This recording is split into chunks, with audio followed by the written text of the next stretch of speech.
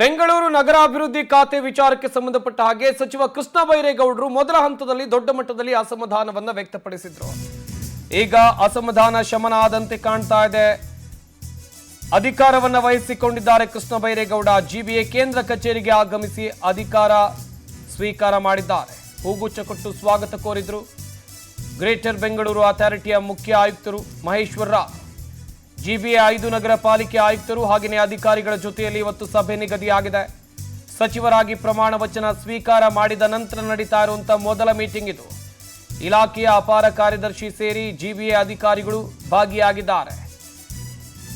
ಇನ್ನೊಂದು ಕಡೆಯಲ್ಲಿ ಅಸಮಾಧಾನ ಇತ್ತು ಕೃಷ್ಣ ಬೈರೇಗೌಡರಿಗೆ ಖಾತೆ ವಿಚಾರಕ್ಕೆ ಸಂಬಂಧಪಟ್ಟ ಹಾಗೆ. ಆದರೆ ಅಸಮಾಧಾನ ಶಮನ ಆದಂತೆ ಕಾಣ್ತಾ ಇದೆ.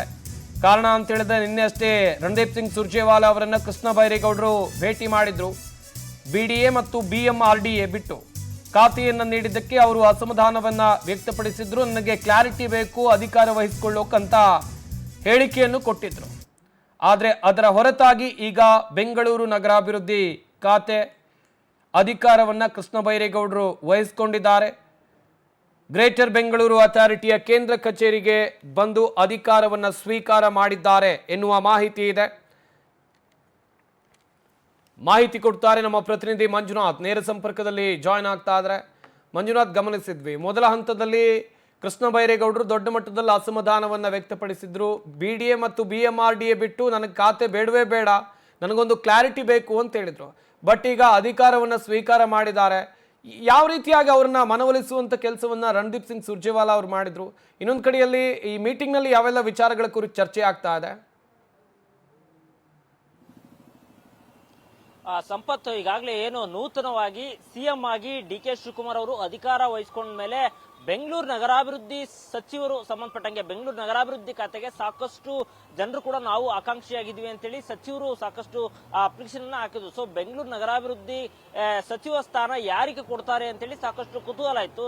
ಸೊ ಅದರ ಬೆನ್ನಲ್ಲೇ ಎಲ್ಲೋ ಒಂದ್ ಕಡೆ ಬೆಂಗಳೂರು ನಗರಾಭಿವೃದ್ಧಿ ಖಾತೆಯನ್ನ ಕೃಷ್ಣ ಬೈರೇಗೌಡ ಅವರಿಗೆ ಹೆಗಲಿಗೆ ವಹಿಸಲಾಗಿತ್ತು. ಸೊ ಅದಾದ ನಂತರ ಅದರಲ್ಲಿ ಬೆಂಗಳೂರು ನಗರಾಭಿವೃದ್ಧಿ ಸಚಿವ ಸ್ಥಾನವನ್ನ ಕೃಷ್ಣ ಬೈರೇಗೌಡರಿಗೆ ಕೊಟ್ರೆ ಅದರಲ್ಲಿ ಬಿಡಿಎ ಮತ್ತು ಬಿಎಂಆರ್ಡಿಎ ಎರಡೂ ಅದಕ್ಕೆ ಅವ್ರಿಗೆ ಕೊಟ್ಟಿರಲಿಲ್ಲ. ಸೊ ಹೀಗಾಗಿ ನನಗೆಲ್ಲೋ ಒಂದ್ ಕಡೆ ಈ ಖಾತೆ ಬೇಡ ಅಂತೇಳಿ ಕೃಷ್ಣ ಬೈರೇಗೌಡರು ಅಸಮಾಧಾನವನ್ನ ಹೊರಹಾಕಿದ್ರು. ಅದಾದ ನಂತರ ದೆಹಲಿ ಹೈಕಮಾಂಡ್ ಕೂಡ ಭೇಟಿ ನೀಡಿದ್ರು. ಎಲ್ಲೋ ಒಂದ್ ಕಡೆ ನನಗೆ ಅಂದ್ರೆ ಏನು ನಗರಾಭಿವೃದ್ಧಿ ಖಾತೆಯನ್ನ ಕೊಡ್ತಾ ಇದ್ದೀರಿ, ಖಾತೆಯಲ್ಲಿ ನನಗೆ ಸಂಪೂರ್ಣವಾಗಿ ಎಲ್ಲದನ್ನು ಅಂದ್ರೆ ಬೆಂಗಳೂರು ನಗರಾಭಿವೃದ್ಧಿ ಖಾತೆ ಕೊಟ್ಟ ಮೇಲೆ ಯಾವ್ಯಾವ ಇಲಾಖೆಗಳು ಬರ್ತವೆ ಬೆಂಗಳೂರು ಅಡಿಯಲ್ಲಿ ಎಲ್ಲಾ ಇಲಾಖೆಗಳು ಕೂಡ ನಮಗೆ ಸಂಪೂರ್ಣವಾಗಿ ಬರಂಗಿದ್ರೆ ಮಾತ್ರ ನನಗೆ ಖಾತೆಯನ್ನು ಕೊಡಿ.